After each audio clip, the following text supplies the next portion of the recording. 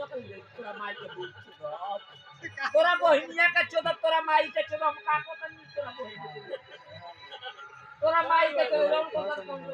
ओए चुप जा घर नहीं के जा बेटा घर नहीं के ए घर बा कि ना किसा बोलो किसे तो घर बा में गाड़ी मत दो हम गाड़ी नहीं क्या रामायण पढ़त रह रामायण बोला तरह का ए बेटा चुप जा रहो यार कितना बढ़िया बोल इहो चंद्रा चंदा का पैसा इहो मेलवा में काटत ला अंदर खा गइल तेरा माई के तेरा माई हमरा के नहीं गन इहो कोबी कलम लेत ला मेलवा में कावना सोनारा वाला हुआ अब ओकर बहिन चले ओ कोदा सार माई ओ कोदा बोल आ दूध बाजारा तावा बरतिया ए राम जी तन बरदतिया लोग कह द ना